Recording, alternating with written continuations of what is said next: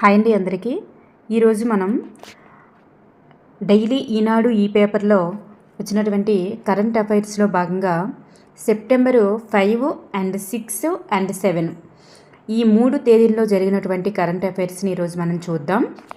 అయితే ఇక్కడ ఫస్ట్ మనం చూసుకున్నట్లయితే ఎన్ఐఆర్ఎఫ్లో మెరిసినటువంటి ఐఐటి మద్రాస్ అంటే ఎన్ఐఆర్ఎఫ్లో మెరిసిన ఐఐటి మద్రాస్ అంటే national institute of rankings framework అనమాట. ఎన్ఐఆర్ఎఫ్ అంటే ఆ ర్యాంకింగ్స్ ఇచ్చినటువంటి ర్యాంకింగ్స్లో మద్రాస్ ఐఐటికి అనమాట మరి నెంబర్ 1 స్థానం అనేది రావడం జరిగింది. ఇది ఎన్నోసారి అంటే మనకి 10వసారి అనమాట నెంబర్ 1గా నిలిచిందనమాట.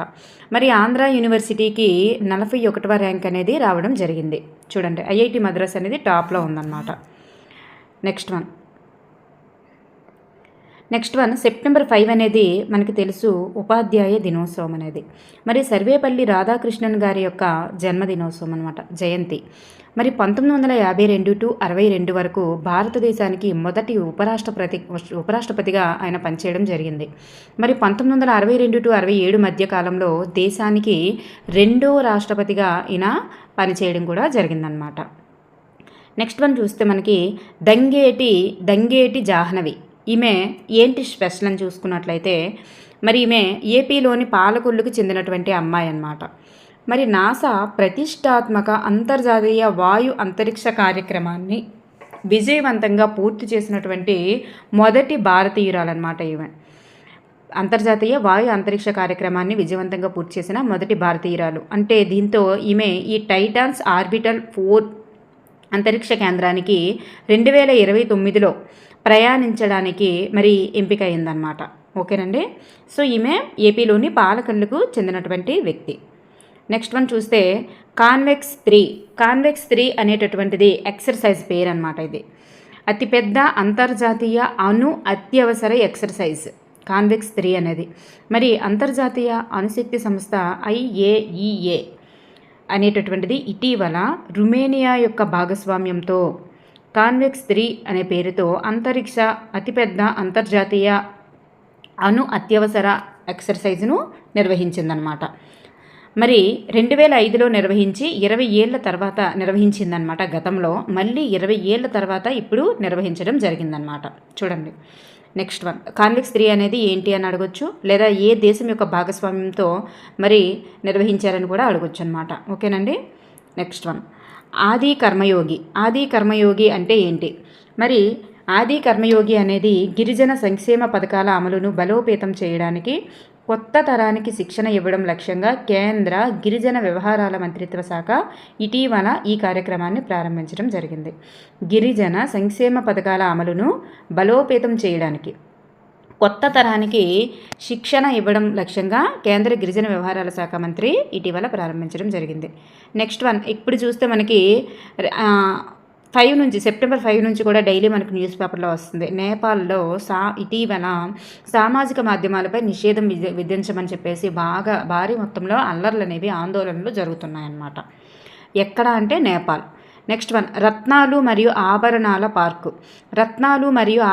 పార్క్ అనేది మన ఏపీ రాష్ట్రంలోని అమరావతిలో మరి దీన్ని ఏర్పాటు చేయనున్నారు. మరి మంగళగిరి మండలం ఆత్మకూరులో దీన్ని ఏర్పాటు చేయడం కోసం సన్నాహాలు అవుతున్నాయన్నమాట.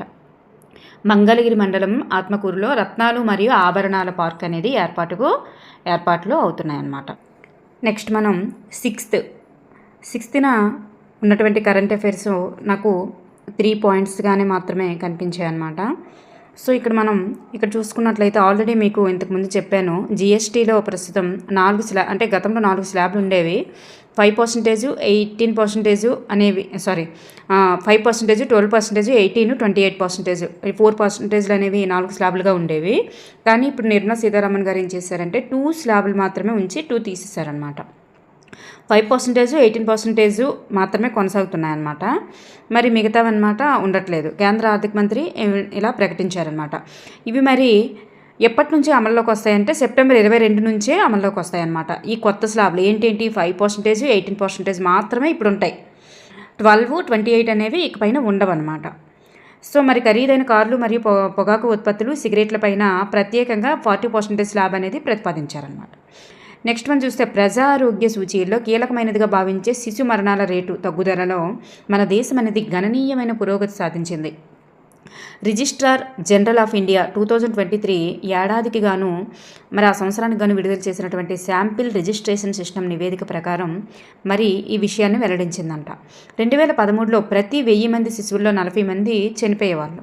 కానీ 2023కి వచ్చేసరికి మరి ఆ పర్సంటేజ్ అనేది 25కి వచ్చిందనమాట.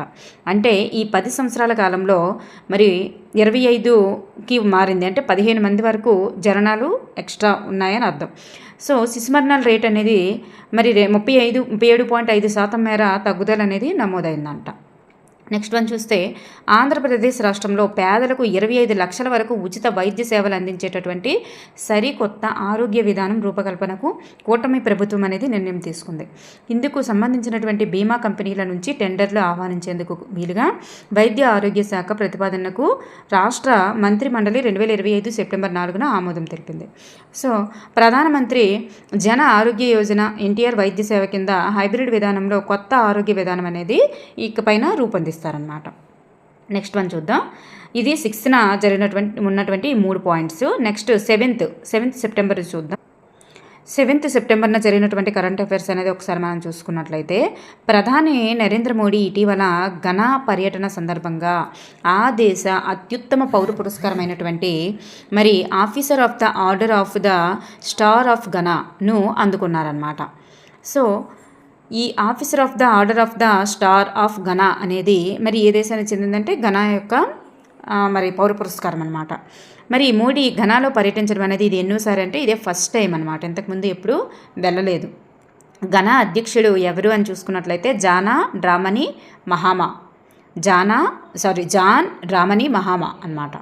నెక్స్ట్ వన్, ఏ రాష్ట్రంలో సల్ఖాన్ శిలాజాల ఉద్యానవనాన్ని మరి యునెస్కో ప్రపంచ వారసత్వ ప్రదేశాల జాబితాలో ఇటీవల చేర్చింది?